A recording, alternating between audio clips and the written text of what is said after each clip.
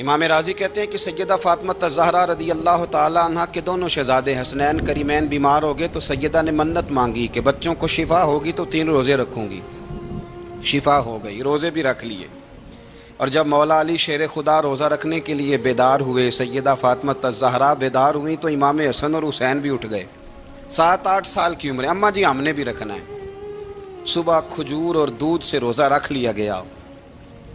عین افطاری کے وقت مولا علی کہتے ہیں فاقے چل رہے تھے، کہیں سے میں جوں لایا تھوڑے سے، سیدہ فاطمہ الزہرا نے پیس کر روٹیاں پکائیں۔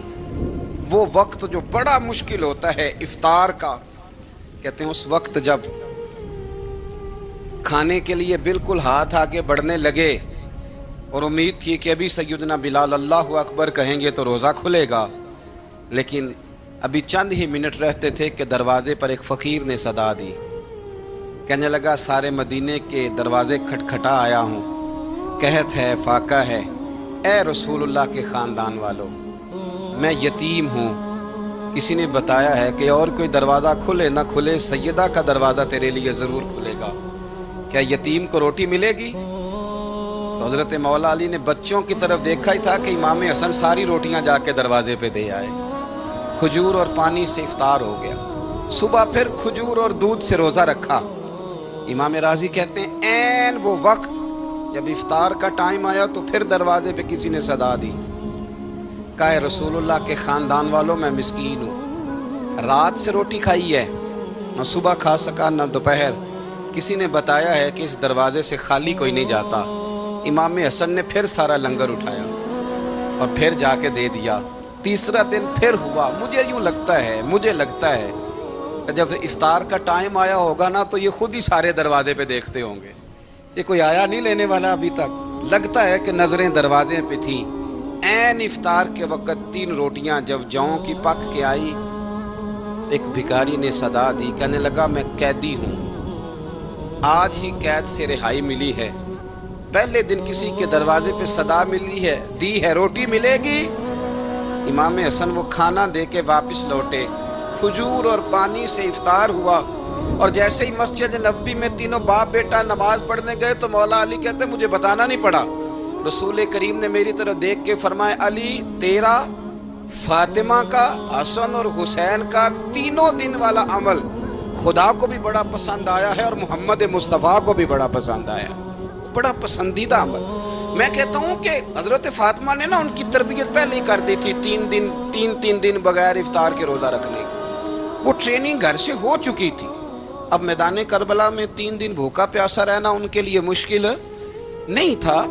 حضرت جناب سیدہ زینب بنت ابی رافع کہتی ہیں کہ سیدہ فاطمہ الزہرا نا ایک دن اپنے دونوں شہزادوں کو لے کے، جب حضور کی طبیعت مبارک بظاہر علیل تھی جس میں حضور کا وصال ہوا، دونوں شہزادے لے کے سیدہ فاطمہ نبی کریم کی بارگاہ میں گئی، کہنے لگی یا رسول اللہ میرے بچوں کو کچھ دیجئے سیدہ پاک۔ تو حضور اٹھ کے بیٹھ گئے، اس کندھے سے امام حسن کو لگایا اور اس سے امام حسین کو لگایا اور فرمایا فاطمہ یہ جو میرا حسن ہے نا اس کو میں اپنی ہیبت اور سرداری دیتا ہوں، اور فرمایا یہ جو میرا حسین ہے نا حسین کو میں اپنی جرت اور سخاوت دیتا ہوں، میرا حسین جرت مند ہوگا اور سخی ہوگا۔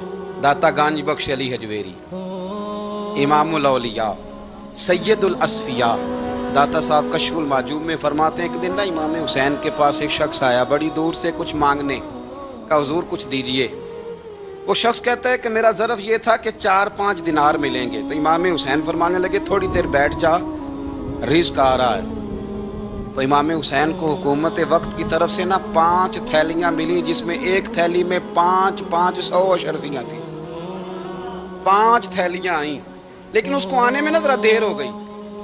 وہ 5 تھیلیاں جب آئی نا تو امام حسین اس کی طرف 5 تھیلیاں بڑھا کے نا، ذرا دیکھنا میری طرف غور سے، 5 تھیلیاں بڑھا کے نا تو فرمانے لگے میاں جتنا تجھے انتظار کرایا نا اتنی ہم تیری حاجت پوری نہیں کر سکے، تو یہ نہ محسوس کرنا کہ حسین کے دروازے پہ بیٹھا بھی رہا ہوں تو ملا کیا ہے، یہ نہ محسوس کرنا۔ وہ شخص کہتا ہے جب میں نے وہ تھیلیاں کھولی اور پھر میری نظر امام حسین پہ پڑی تو میرے اندر سے آواز آئی اگر حسین ابن علی اتنے سخی ہیں تو محمد عربی کتنے سخی ہو۔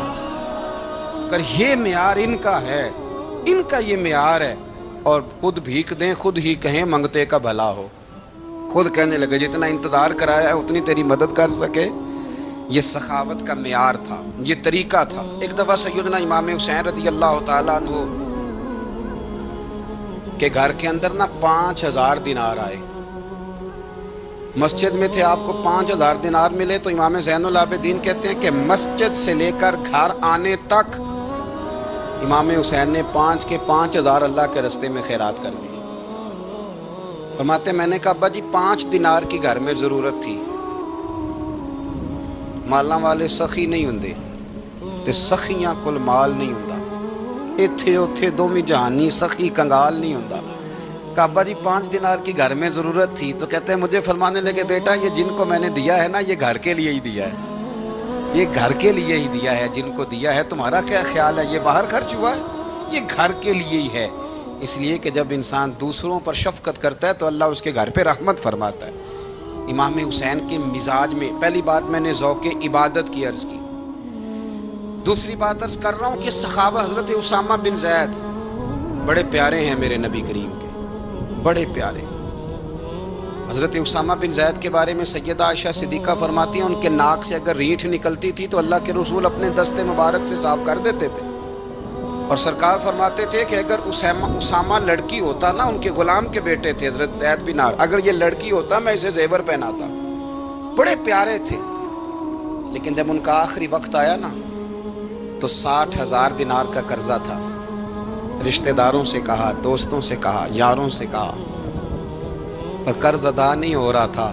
حضرت اسامہ بن زید کہتے ہیں بڑا پریشان تھا۔ جب حد ہو گئی نا تو حضرت اسامہ بن زید فرمانے لگے جاؤ کوئی حسین ابن علی کو خبر کرو، ان سے کہو میں نا غلام ہوں آپ کے نانا کا، مقروض دنیا سے چلا گیا تو کیا بنے گا۔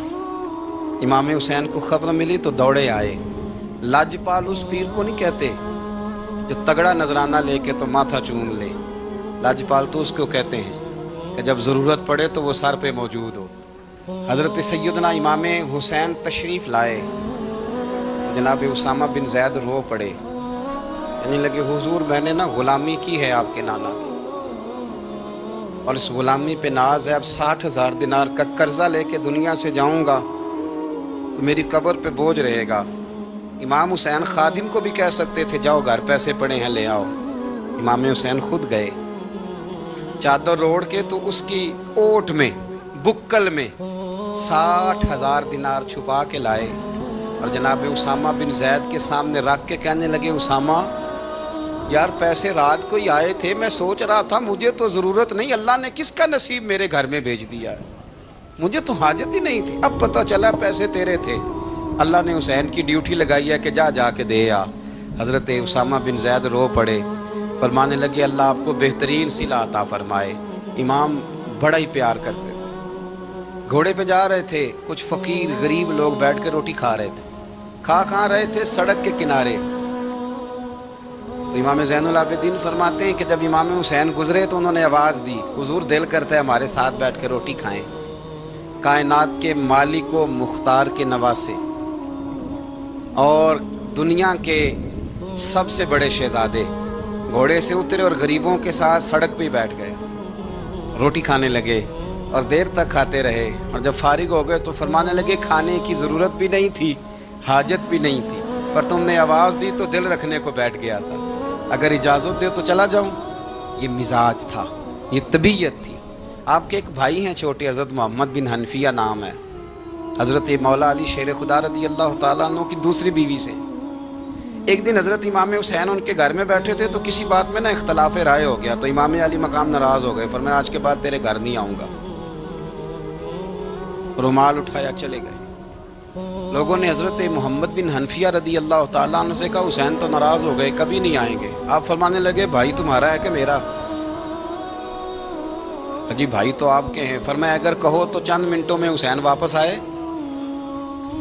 جناب ناراضگی ہو گئی ہے۔ فرمایا ناراضگی ہوئی ہے پر میں اس کے دل کی نرمی کو تو جانتا ہوں، اس کے مزاج کے اندر جو محبت ہے اس سے تو ابھی آئے۔ کہا جناب وہ کیسے؟ فرمانے لگے دیکھنا ذرا۔ تو امام حسین نے خط لکھا، حضرت محمد بن حنفیہ نے رکا لکھا، کہنے لگے حسین میرے باپ کا نام بھی علی ہے اور آپ کے باپ کا نام بھی علی ہے، پر ایک فضیلت ایسی ہے جس میں میں آپ کا مقابلہ نہیں کر سکتا، وہ یہ ہے کہ آپ سیدہ فاطمہ الزہرا کے لال ہیں، اب محمد مصطفیٰ علیہ السلام کے نواسے ہیں۔ کہنے لگے بھائی جان آپ نے نانا جان کی وہ حدیث تو سنی ہوگی کہ دو لوگ ناراض ہو جائیں تو جو صلح پہلے کرے جنت میں پہلے جائے گا۔ فرمانے لگے دل میرا کر رہا تھا کہ پہلے صلح کر لوں، لیکن پھر بڑے بھائی کو پشت کروں گا جنت میں جاتے ہوئے، یہ بھی تو بے ادبی ہے نا۔ اب خط میں نے لکھ دیا ہے، آپ کا جو ارادہ ہو۔ امام حسین نے خط پڑھا تو آنکھوں میں آنسو آ گئے، پھر سے رومال اٹھایا، بچے پوچھنے لگے کہاں جا رہے ہیں؟ کہا بھائی کے گھر جا رہا ہوں۔ کہا آپ تو ناراض تھے؟ فرمایا تھا ناراض پر ہے تو میرا بھائی نا، ہو گئی بات ختم۔ بڑی دل میں نرمی، طبیعت میں سوز، لہجے میں گداز۔ حضرت امیر معاویہ رضی اللہ تعالیٰ عنہ نے ایک شخص کو بھیجا مدینہ منورہ شام سے، تو اس نے کہا میں نے امام حسین سے ملنا ہے، تعارف کیا ہے؟ جناب امیر معاویہ فرمانے لگے مسجد نبوی میں جانا جس کے گرد لوگ سب سے زیادہ ادب سے بیٹھے ہوں اور جس کی باتیں سب سے زیادہ میٹھی ہوں اور جس کی نظریں سب سے زیادہ جھکی ہوں اور جس کے چہرے پر تمہیں سب سے زیادہ وقار نظر آئے وہی علی کے بیٹے حسین ہوں گے۔ جو سب سے زیادہ تمہیں وہاں ماحول کے اندر جو شخص نظر آئے پوچھنے کی ضرورت نہیں پڑے گی۔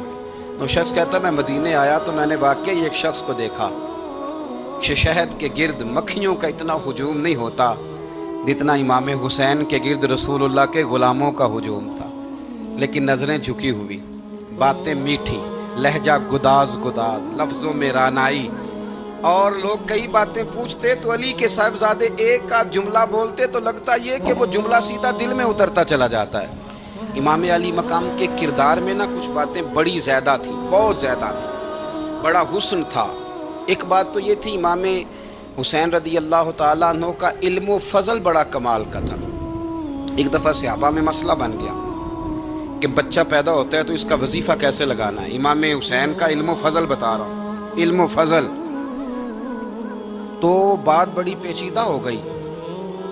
حضرت عبداللہ ابن زبیر کے پاس لوگ آئے، کہنے لگے کہ آپ بڑے صاحب علم و فضل ہیں، آپ نے حضور علیہ الصلوۃ والسلام کے ساتھ وقت گزارا ہے، تو مسئلے کو حل کریں کہ بچہ پیدا ہونے کے بعد حکومت اگر وظیفہ لگائے گی تو کب لگائے گی؟ جب بحث طول پکڑ گئی، مسئلہ حل نہیں ہوتا تھا، تو حضرت عبداللہ ابن زبیر کہنے لگے ہم سے نہیں حل ہوگا، ایک بندہ ہے جس کے سینے میں رسول اللہ صلی اللہ تعالیٰ علیہ وسلم کے نور نبوت کا فیضان ہے، وہ یہ مسئلہ حل کریں گے۔ تو کہا وہ کون سے؟ آپ فرمانے لگے جب ہم سے مسائل حل نہیں ہوتے تو ہم ان کے علم سے فائدہ اٹھاتے ہیں۔ کہا کون ہے؟ کہا جناب امام حسین۔ تو لوگ حضرت امام حسین کے پاس گئے، کہ حضرت یہ ایک مسئلہ الجھ گیا ہے کہ بچہ پیدا ہو تو وظیفہ کب لگانا ہے؟ فرمایا الجھنے والی بات ہی کوئی نہیں، پیدا ہونے کے بعد جب وہ پہلی دفعہ آواز نکالے تو اس کا وظیفہ لگا دو۔ اس کا مطلب یہ ہے کہ وہ دنیا میں آ گیا ہے، اس نے اپنے آنے کا اظہار کر دیا ہے، اعلان کر دیا ہے، اب اس کا وظیفہ لگا دو۔ تو اس پر پھر صحابہ کا اتفاق ہو گیا۔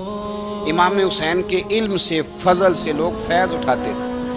حضرت سیدنا امام حسین کی شہادت کے بعد حضرت عبداللہ ابن زبیر رضی اللہ تعالیٰ عنہ نے قاتلان حسین سے خطاب کیا اور فرمانے لگے اللہ کی قسم تم نے اس شخص کو شہید کیا ہے جو راتوں کو لمبے لمبے قیام کرتا تھا، اور تم نے اس شخص کو شہید کیا ہے جس سے میں دن میں جب بھی ملتا تھا تو وہ روزے سے ہوتا تھا۔ تم نے اس شخص کو شہید کیا جو قائم اللیل تھا، صائم الدہر تھا، اس شخص کو تم نے شہید کیا۔ آپ کو پتہ ہے کہ میدان کربلا میں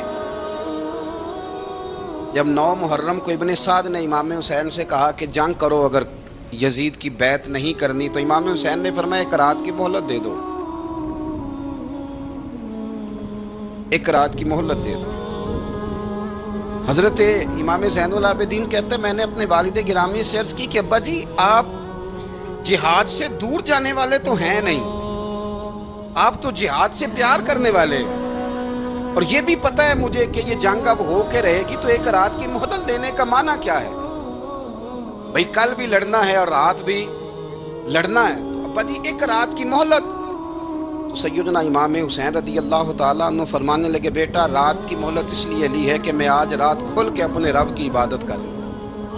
میں استغفار کر لوں، میں لمبے سجدے کروں، اور کہا زین العابدین تو جانتا ہے نا کہ مجھے نماز سے، تلاوت سے، دعا سے اور استغفار سے بڑا پیار ہے۔ رسول کریم علیہ السلام نے فرمایا، جامع ترمذی میں موجود ہے، فرمایا میں جا رہا ہوں پر تمہیں دو بڑی بھاری بڑی وزنی چیزیں دے کے جا رہا ہوں۔ صحیح ستہ کی روایت، دو وزنی چیزیں تمہارے بیچ چھوڑ کے جا رہا ہوں، اگر ان کو تھام کے رہو گے تو کبھی گمراہی تمہارے پاس نہیں آئے گی۔ یا رسول اللہ وہ کون کون سی؟ فرمایا ایک اللہ کی کتاب دے کے جا رہا ہوں اور دوسرا اپنا خاندان دے کے جا رہا ہوں۔ اگر اہل بیت نبوت کو تھامے رہو گے، ہمارے بزرگوں نے لکھا ہے کہ یہ جو حضور نے کتاب اللہ اور پھر اپنی اہل بیت کا تذکرہ فرمایا تو اس کا مطلب یہ ہے کہ تھیوری دیکھنی ہوئی تو قرآن دیکھنا، اور پریکٹیکل دیکھنا ہوا تو علی اور فاطمہ کو دیکھنا، حسن اور حسین کو دیکھنا، ان کو دیکھنا۔ نبی کریم علیہ الصلوۃ والسلام کے اہل بیت مینارہ نور ہیں، ان کی محبت، ان کا پیار کیوں بھلا؟ اس لیے کہ یہ وہ خوبصورت لوگ ہیں جن کو خود میرے نبی پاک نے تراشا ہے۔ ان کی سیرت میں جتنے رنگ ہیں وہ رسول کریم نے خود بھرے ہیں۔ ان کی ایک ایک بات کا خیال نبی پاک نے رکھا ہے۔ حضور نے از خود انہیں اپنی صحبت عطا کی ہے۔ زیادہ دور نہیں تھا سیدہ فاطمہ کا گھر، مسجد نبوی کے ساتھ تھا۔ اللہ کے رسول دن میں 2 دفعہ جایا کرتے تھے، پھر بھی کبھی کبھی فرماتے فاطمہ میرا دل کرتا ہے آج میں رات تیرے گھر میں قیام کروں۔ تو سیدہ فاطمہ الزہرا فرماتی ہیں کہ آمنہ کے لال اس طرح بھی میرے گھر میں قیام کرتے تھے کہ حضور چارپائی پہ لیٹتے تھے تو ایک کندھے پہ امام حسن کا سر ہوتا تھا اور دوسرے پہ امام حسین کا سر اقدس ہوتا تھا، اور فرماتی ہیں رات کو کبھی حسنین کریمین دودھ مانگتے تو میں اٹھتی دودھ دینے کے لیے، تو حضور فرماتے لیٹ جاؤ آج میرے ساتھ سوئے ہیں تو دودھ بھی میں ہی پلاؤں گا۔ تو محبوب اٹھتے ان کے لیے دودھ لاتے برتن سے نکال کے۔ حضور نے انہیں وقت دیا اور پھر ان کی چھوٹی چھوٹی چیزوں کا خیال رکھا۔ صحیح بخاری میں موجود ہے، تربیت پر توجہ دی۔ امام حسین تشریف لائے، ابھی عمر مبارک 7 سال کے قریب تھی، مسجد نبوی میں صدقے کی کھجوروں کا ڈھیر لگا ہوا تھا۔ چھوٹا بچہ جو ہوتا ہے نابالغ، اس پر شریعت کے احکامات نہیں آتے۔ صدقے کی کھجوروں کا ڈھیر تھا مسجد نبوی میں۔ یہ تربیت ہے، یہ ٹریننگ ہے جو اللہ کے محبوب نے خود انہیں عطا فرمائی۔ صدقے کی کھجوروں کا ڈھیر تھا، امام حسین حضور کے ساتھ آئے تو امام علی مقام نے ایک کھجور اٹھا کے منہ میں رکھ لی۔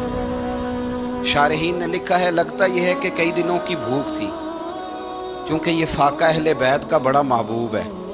مجبور نہیں تھے، وہ تو خزانوں کے مالک تھے، پر غریبوں سے محبت کی وجہ سے فاقے کیا کرتے تھے۔ یہ ان کی پسند ہے فاقہ کرنا۔ تو ایک کھجور امام علی مقام نے رکھ لی تو اللہ کے رسول نے گلے میں انگلی ڈال کے نکال دی، فرمایا حسین یہ صدقہ ہے، یہ میری اہل بیت کے لیے درست نہیں ہے۔ حضور نے خود تربیت کی، اور پھر سیدہ فاطمہ الزہرا نے اپنے بچوں کو تراشا، ان پر محنت کی۔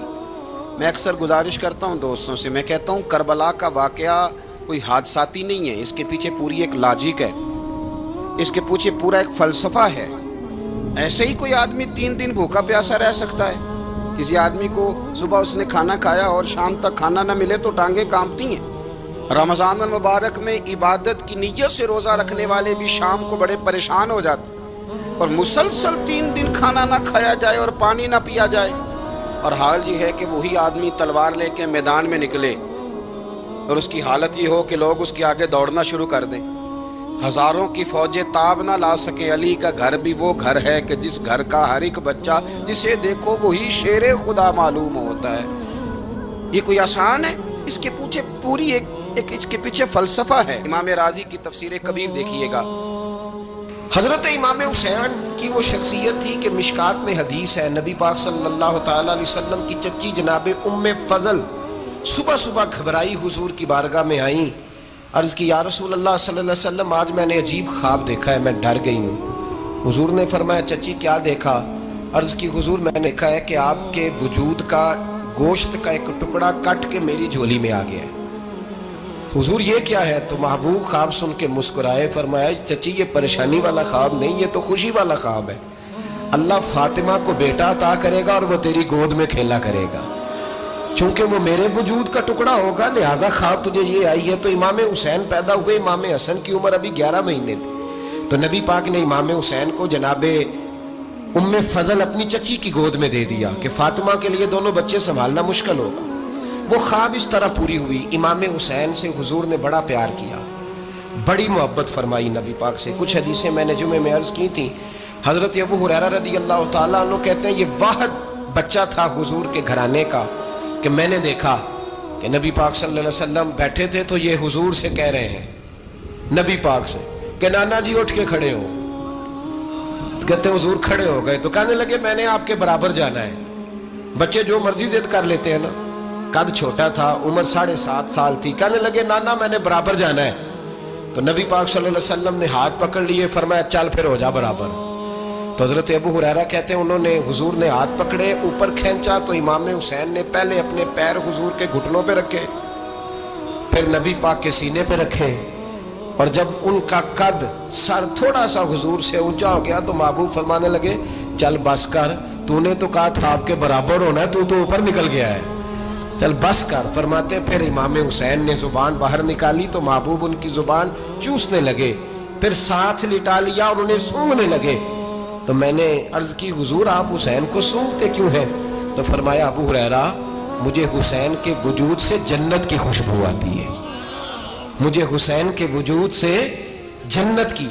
ایک دن حضور گزر رہے تھے، اصل اس طرح تھا کہ یہ نبی پاک کا حجرہ تھا، جن لوگوں کو اللہ نے مدینے کی زیارت کرائی ہے وہ جان سکتے ہیں، نبی پاک کا حجرہ تھا تو حضور کے حجرے کی اس جانب، یعنی مسجد کی جو بالکل سیدھ ہے اس کی بیک میں سیدہ فاطمہ رہتی تھی۔ تو حضور اکثر نہ نماز کے لیے جب نکلتے تو حضرت فاطمہ کے حجرے کے پاس سے ہو کر دوبارہ محراب میں جاتے، محبوب حجرے کے پاس سے گزرے تو امام حسین رو رہے تھے، تو حضرت فاطمہ نے کسی بات میں جھڑک دیا تو امام حسین رونے لگے۔ تو نبی پاک نماز کے لیے گئے تو واپس لوٹ آئے، اور واپس تشریف لا کے کہا فاطمہ حسین کو کیا ہوا؟ عرض کی یا رسول اللہ تنگ کر رہے تھے میں نے ڈانٹ دیا ہے۔ کیا خوبصورت جملے ہیں حدیث پاک میں، سرکار نے فرمایا فاطمہ اس کو حسین کو نہ رونے نہ دیا کر، یہ جب روتا ہے نا تو میرے دل کو تکلیف ہوتی ہے۔ تو بی بی صاحبہ کہتی ہیں یہ حکم آیا نبی پاک کا میرے نا، پھر میں نے ڈانٹنا چھوڑ دیا۔ یہ ان کے فضائل تھے، کم ان کی تربیت خود نبی پاک نے فرمائی۔ پہلی بات تو یہ ہے کہ نبی پاک نے دعا مانگی تھی، یا اللہ میرے گھر والوں کو زیادہ روزی نہ دینا، انہیں ایک وقت روٹی دینا، ایک وقت کی بھوک دینا۔ یہ جو 10 دن کربلا میں انہیں ٹینشن نہیں نہ ہوئی، انہیں عادت تھی فاقہ کرنے کی، انہیں 3 دن وصلی روزے رکھنے کی عادت تھی، پہلی بات۔ دوسرا یہ کہ جہاد کی تربیت حضور خود کراتے تھے۔ حضرت فاطمہ زہرا کہتی میں پردے کے پیچھے دیکھ رہی تھی، نبی پاک نے امام حسن اور حسین سے فرمایا چلو میرے سامنے کشتی لڑو۔ تو دونوں حضرات آپس میں جب کشتی لڑنے لگے تو نبی پاک نا امام حسن کو کہتے ہیں حسن حسین کو ٹانگوں سے پکڑو، حسن حسین کو پیچھے سے پکڑو۔ جب نبی پاک بار بار امام حسن کو بتا رہے تھے تو سیدہ پیچھے سے بول پڑی، کہنے لگی یا رسول اللہ آپ چھوٹے کو بتائے، آپ بڑے کو بتا رہے ہیں، بڑا تو پہلے 11 مہینے بڑا ہے تو آپ چھوٹے کو بتائے بڑے کو بتا رہے۔ تو فرمایا فاطمہ تو چپ کرنا، جو میں دیکھ رہا ہوں تو نہیں نہ دیکھ رہی، ایک کو میں بتا رہا ہوں دوسرے کو جبریل امین بتا رہے ہیں۔ لیکن اس کے ساتھ ساتھ امام حسین رضی اللہ تعالیٰ عنہ کا جذبہ جہاد، امام حسین کی استقامت، آج لوگ ادھر ہوتے ہیں جس طرف ہوا کا رخ ہوتا ہے۔ آج لوگوں کی سوچوں کا زاویہ یہ ہے کہ جدھر رش زیادہ ہوگا ہم بھی ادھر جائیں گے۔ ہم یہ نہیں دیکھتے حق کس طرف ہے، ہم یہ دیکھتے ہیں رش کس طرف ہے۔ امام حسین رضی اللہ تعالیٰ عنہ نے رش نہیں دیکھا، حق دیکھا۔ امام حسین رضی اللہ تعالیٰ عنہ استقامت کے وہ پہاڑ ہیں، معمولی آدمی نہیں تھے۔ فرزق شاعر کہتا ہے کہ میں نے امام حسین سے کہا تھا، میں نے کہا لوگوں کی تلواریں یزید کے ساتھ ہیں پر دل آپ کے ساتھ ہیں، دل آپ کے ساتھ ہیں۔ امام حسین رضی اللہ تعالیٰ عنہ نے زمانے کے حالات نہیں دیکھے، حق اور سچ دیکھا۔ جتنی چیزیں انسان کو کمزور کر سکتی ہیں وہ ساری امام حسین پہ طاری کی گئیں، جتنی چیزیں۔ وطن چھوڑنا کتنا کو مشکل ہوتا ہے، شالا پردیسی کوئی بھی نہ تھی وے تے ککھ جنہ تو پارے۔ حضرت سلطان باؤ فرماتے ہیں بچو پردیسی ہونا کوئی آسان ہے؟ جس آدمی کا کسی چھوٹے سے گاؤں میں بھی مکان ہو چھوڑنا پڑ جائے تو روٹا ہے، تو مجھے بتاؤ جس نے اپنا سارا بچپن مدینے میں گزارا ہو۔ آج جو ایک ہفتہ مدینے رہ کے آتے ہیں ان سے واپس نکلنا مشکل ہوتا ہے، لیکن امام حسین حق کا رستہ تھا، وطن کی قربانی دی، اور معمولی وطن نہیں، مدینے جیسا وطن۔ اور جب کھڑے تھے نا امام حسین رضی اللہ تعالیٰ عنہ رجب میں نکل رہے تھے مدینے سے، تو کوئی شاعر کہتا ہے دور کھڑے ہو کے انہوں نے گویا کہا تھا، آقا تیرے کرم کے خزینے کی خیر ہو، میں جا رہا ہوں تیرے مدینے کی خیر ہو۔ امام حسین نے وطن چھوڑا، کوئی لغزش نہیں پیروں میں، کوئی نہیں، شہزادوں والی زندگی تھی، مسجد نبوی کے امام تھے، نبی کریم علیہ السلام کے روضہ اطہر پر تشریف رکھتے تھے، زمانہ حیا کرتا، شان و شوکت تھی، پر حق کے لیے چھوڑا، نکل کر خانقاہوں سے ادا کر رسم شبیری۔ اور پھر بڑا مشکل ہوتا ہے، جس شخص کے ساتھ بچے اور عورتیں ہوں وہ تو یہ کہہ کے لڑائی سے جان چھڑاتا ہے کہ میرے ساتھ فیملی ہے، نہ ہوتی تو تجھے بتاتا، پر امام حسین کو اولاد بھی کمزور نہیں کر سکی، عورتوں کا ساتھ ہونا کمزور نہیں کر سکا۔ پھر امام علی بھوک کتنا مشکل کام ہے، آج لوگ کہہ نہیں دیتے کہ میں تو اس لیے گناہ کرتا ہوں کہ رشوت اس لیے لے لیتا ہوں کہ بچے چھوٹے ہیں۔ 10 دنوں کی کم و بیش سفر، 3 دنوں کی بھوک اور پیاس، پر حق کے رستے میں امام حسین کو کوئی چیز کمزور نہیں کر سکی۔ اور پھر وہ جتنی باتیں لوگ کہہ سکتے تھے وہ ساری کہیں گئیں، ساری۔ اور آ کے عرض کرنے لگا حضور یہ کوئی معمولی دشمن نہیں، یہ وہ ظالم ہیں جو لاشوں پہ بھی گھوڑے دوڑا دیتے ہیں۔ تو امام علی مقام فرمانے لگے جو شہادت کا جذبہ لے کے نکلے وہ پھر انجام نہیں دیکھا کرتا، وہ انجام، وہ جتنی چیزیں جو استقامت کے رستے میں آ سکتی ہیں وہ ساری چیزیں رستے میں آئیں، پر امام علی مقام نے کسی چیز کی پرواہ نہیں کی۔ آج کا مسئلہ یہ ہے کہ آج لوگوں میں استقامت نہیں ہے، رات کو کچھ ہوتے ہیں، سویرے کچھ ہوتے ہیں، دوپہر کو کچھ ہوتے ہیں، شام کو کچھ ہوتے ہیں، ہمارا کل انداز تکلم کچھ اور ہوتا ہے، صبح کچھ اور ہوتا ہے۔ امام علی مقام میدان میں رہے، ایک میت گھر میں ہو جائے تو کئی دنوں تک آنکھ کھلتی نہیں، ہوش رہتا نہیں۔ سب سے زیادہ مصائب امام حسین نے دیکھے، سب سے زیادہ، اور گھوڑے پر بیٹھنے سے پہلے ساری تکلیفیں آپ دیکھ چکے تھے۔ باپ کا جنازہ اٹھانا آسان ہوتا ہے، بیٹے کا جنازہ اٹھانا بڑا مشکل ہوتا ہے، پر امام حسین نے بیٹوں کے جنازے اٹھائے۔ حضرت علی اصغر کی لاش کو امام حسین نے اپنے دست مبارک سے دفن کیا، اور جناب علی اکبر کی میت کو جب آپ اٹھا کے لا رہے تھے تو سیدہ زینب فرماتی ہیں کہ مجھے یوں کبھی لگتا تھا حسین کا قد بڑا ہے اور کبھی لگتا تھا علی اکبر کا قد بڑا ہے، اور فرماتی ہیں کہ پھر حضرت قاسم بن حسن کو بھی وہ اٹھا کے لائے، اور جناب عباس کے وجود سے الگ ہونے والے بازو انہوں نے لا کے حضرت عباس کے وجود کے ساتھ بھی رکھے۔ انہوں نے یہ سارا منظر دیکھا، لیکن جب حسین ابن علی اپنی دفعہ گھوڑے پہ سوار ہوئے تو لگتا یہ تھا کہ ان سے زیادہ بہادر کوئی نہیں۔ ایک جملہ بھی یزیدی فوج کے سامنے امام حسین نے کمزور نہیں کہا، ایک جملہ بھی، ایک فکرہ بھی کچا نہیں بولا، کہیں بھی کوئی منت نہیں کی، کسی جگہ بھی ان کے پائے استقلال میں کوئی لغزش نہیں آئی۔ جب لوگوں کو پتہ چل جائے کہ اب سامنے موت ہی موت ہے، سوائے اس کے چارہ کچھ بھی نہیں، تو بہت سا جو رخصت اور اجازت تو دین بھی دیتا ہے، پر امام حسین کسی جگہ کسی رخصت پر عمل کرتے نظر نہیں آتے، ڈٹ کے بات کی، ڈٹ کے۔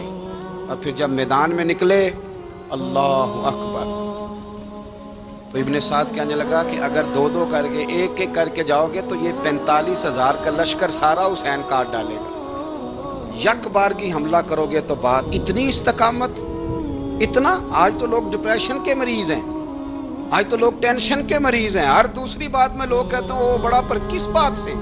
مطلب کیا آپ نے زندگی میں صرف جاب نہیں مل رہی، صرف بیماری آ گئی، صرف خرچہ نہیں گھر میں بڑا، کس بات کا ڈپریشن؟ امام حسین کی زندگی بتلاتی ہے، وہ لوگ بھی کوئی دنیا میں کمال حاصل کر سکتے ہیں جو چھوٹی چھوٹی بات پہ روتے ہیں، مال بھی ہے، جوانی بھی ہے، گھر بھی ہے، مکان بھی ہے، بچے بھی ہیں، عزت بھی ہے، صرف پیسے نہیں۔ اور انسان ہے کہ آنکھیں نہیں کھل رہی، وہ سمجھتا ہے میں کسی کام کا ہی، فقط پیسے نہیں بس۔ او خدا کے بندو، امام علی مقام نے فرمایا سارا کچھ لٹا کے بھی جو میدان میں کھڑا رہے اسے حسین ابن علی کہا جاتا ہے، اسے حسین ابن علی کہا جاتا ہے۔ حسین ابن علی کی شان رفت کوئی کیا جانے، حسن جانے، علی جانے، نبی جانے، خدا جانے، کون جانے امام علی مقام کا معیار؟ تو امام حسین رضی اللہ تعالیٰ عنہ کی زندگی ہمیں بتاتی ہے کہ ذوق والی عبادت کرو۔ امام حسین کی زندگی ہمیں بتاتی ہے کہ جب تم سخاوت کرو تو پھر اپنی حیثیت سے بڑھ کر کرو، اور امام حسین کی زندگی ہمیں بتاتی ہے کہ دل میں کسی کے لیے کوئی بات نہ رکھو، صلح کرنے میں پہل کرو، محبتیں کرنے میں آگے بڑھو۔ اور امام حسین کی زندگی ہمیں بتلاتی ہے کہ جب دنیا میں تم نے کچھ کرنا ہے تو پھر ڈٹنا بھی سیکھو، پھر کھڑے ہونا بھی سیکھو۔ یہ نہ دیکھو کہ حالات، امام حسین نے ایک دن بھی حکومت نہیں کی، یزید نے 4.5 سال کی، لیکن قیامت تک دلوں پہ حکومت امام حسین کی رہے گی، امام حسین کی رہے گی، اس لیے کہ ان میں استقامت تھی۔ امام حسین کے ساتھ اس وقت 72 لوگ تھے، لیکن آج کائنات کا ذرہ ذرہ امام حسین کے ساتھ ہے۔ اس کا مطلب ہے وقت لگتا ہے، نظریہ غالب آ ہی جایا کرتا ہے، تو استقامت والی زندگی گزاریں۔ حضرت عمر جب نعرہ لگاتے نا تو کس طرح کانپتے۔ سفیر آتے روم کے ملنے کے لیے تو کہتے جاؤ عمر نفل پڑھ رہے ہیں، ٹائم کوئی نہیں۔ ایک دن اندر میٹنگ ہو رہی تھی، حضرت عمر میٹنگ میں بیٹھے تھے، آپ کے بیٹے ملنے آئے عبداللہ ابن عمر۔ ابا جی اندر آ جاؤ، فرمایا دروازے پہ کھڑا ہو، میں ضروری بات کر رہا ہوں، اندر نہ آنا۔ جناب عبداللہ ابن عمر کہتے ہیں میں دروازے پہ کھڑا ہو گیا، تھوڑی دیر گزری تو امام حسین بھی آ گئے۔ ایک حدیث میں، ایک روایت میں امام حسن کا لفظ بھی ہے، امام حسین آئے، آ کے عبداللہ ابن عمر سے کہنے لگے عمر فاروق اندر ہیں؟ تو کہا وہ اندر تو ہے۔ تو کہا آپ کیوں دروازے پہ کھڑے؟ کہنے لگے ابا جی نے کہا ہے یہاں انتظار کرو، میں کوئی ضروری بات کر رہا ہوں، لیکن شہزادے میرے لیے کہا ہے، میرے لیے آپ جانا چاہیں تو چلے جائیں۔ امام حسین کہنے لگے امیر المومنین کوئی بات کر رہے ہوں گے، میں ظہر کے وقت مسجد میں مل لوں گا، ظہر کا ٹائم آئے گا نا تو میں مسجد میں مل لوں گا۔ یہ کہہ کے چلے گئے۔ حضرت عمر باہر آئے تو حضرت عبداللہ ابن عمر سے کہا کہ کوئی آیا تو نہیں؟ عرض کی حضور حسین ابن علی آئے، حسین ابن علی۔ تو کہا اندر کیوں نہیں بھیجا؟ کہا میں نے کہا تھا بے شک چلے جائیں، لیکن وہ کہہ رہے تھے کہ میں ظہر کے وقت مسجد میں مل لوں گا۔ تو سیدنا عمر فاروق فرمانے لگے عبداللہ تجھے تیری مار ہوئے، حسین کو کیوں واپس بھیجا؟ پھر عمر دنیا داروں کے سامنے ڈٹنا، کھڑا ہونا عمر پہ ختم ہے، لیکن جو اندر کی بات ہے نا، روح کی، جو عقیدت کی بات ہے، جو وفا کا رشتہ ہے، اس کو کون سمجھے؟ یہ جو روح کی مجبوریاں ہیں، یہ جو وفا کی مجبوریاں ہیں، اسے لوگ کیا سمجھیں؟ انہیں کیا پتا کہ مرشد کے بیٹے کے پیر چومنے میں حسن کیا ہوتا ہے؟ انہیں کیا پتا کہ جب استاد کا بیٹا گھر میں آتا ہے تو دل کرتا ہے مکان بیچ کے اسے دے دیں، اس کے باپ کی نیکیاں بڑی ہیں۔ جناب عمر فاروق دوڑے گئے، امام حسین کے دروازے پہ دستک دی۔ امام حسین باہر رکھا، شہزادے یار ملنے آئے تھے، بغیر ملے کیوں آ گئے؟ عرض کی کہ آپ مصروف تھے، آپ کے اپنے بیٹے بھی دروازے پہ کھڑے تھے، تو میں واپس آ گیا۔ امام حسین کہتے ہیں عمر جذبات میں آ گئے، سر سے پگڑی گر گئی، کہنے لگے حسین میرے بیٹے کا اور حسین کا کیا مقابلہ؟ کیا اس کی ماں کا نام فاطمہ الزہرا ہے؟ کیا اس کی نانی کا نام خدیجہ الکبریٰ ہے؟ کیا اس کے نانے کا نام محمد مصطفیٰ ہے؟ اور پھر سر سے پگڑی اتری تھی، اپنے بال زور سے پکڑ لیے، کہنے لگے حسین میں نا مکے میں اونٹ چرایا کرتا تھا اور ڈنڈوں سے مار کھاتا تھا اپنے باپ سے۔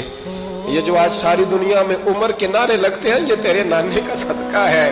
شہزادے میری وفا اور میری وفا میں جب تیرا دل کرے نا دوڑ کے آ جایا کر۔ عمر تو لوگ، ایک دن امام حسین نے آگے نا جناب فاروق اعظم سے کہا، خطبہ دے رہے تھے بچوں کی طبیعت شروع میں، پتہ نہیں کیا بات آئی امام حسین کے دل میں، کہنے لگے عمر نیچے اترو، یہ میرے نانا کا ممبر ہے۔ تو حضرت سیدنا عمر، سنو کبھی میرا بھی بچہ آ جائے تو میں کہتا ہوں اس کو پکڑو یار، بچوں کو تو نہیں نا جمعوں میں مطلب ذکر کیا جاتا، اترنا میرے نانے کا ممبر ہے۔ جناب عمر اتر کے نیچے کھڑے ہو گئے، تو کہا جا کے اپنے نانے کے ممبر پہ بیٹھ۔ تو حضرت عمر رو پڑے، کہنے لگے شہزادے میرے نانے کا ممبر ہی کوئی نہیں ہے ہی نہیں، یہ ممبر یہ مصلی یہ تیرے نانے کی شان ہے، میرے نانے کا کوئی ممبر نہیں، تیرے ہی نانے کا ممبر ہے۔ تھوڑی دیر کھڑے رہے تو امام حسین کہنے لگے اچھا کوئی نہیں آپ کے نانے کا ممبر کا نہیں؟ کہا چلو پھر میرے نانے کے ممبر پہ بیٹھ جاؤ چلو خیر ہے. کوئی نہیں آپ کے نانے کا؟ کہا نہیں. تو کہا کوئی نہیں پھر میرے نانے کے. جب حضرت عمر بیٹھے تو بڑا شاندار جملہ کہا, فرمانے لگے میں ممبر پر مرضی سے نہیں بیٹھا تھا, مجھے ابو بکر نے بٹھایا تھا, اور پھر حسین کے کہنے پہ میں اترا ہوں, اب مجھے حسین نے بٹھایا ہے, اب کسی کی جرأت ہے تو عمر کو اتار کے دکھائے, اب میں حسین کا تیری نسل پاک میں. اللہ تعالی ہمیں ان کے فیوز و برکات عطا فرمائے. آخر دعوانا ان الحمدللہ رب العالمین.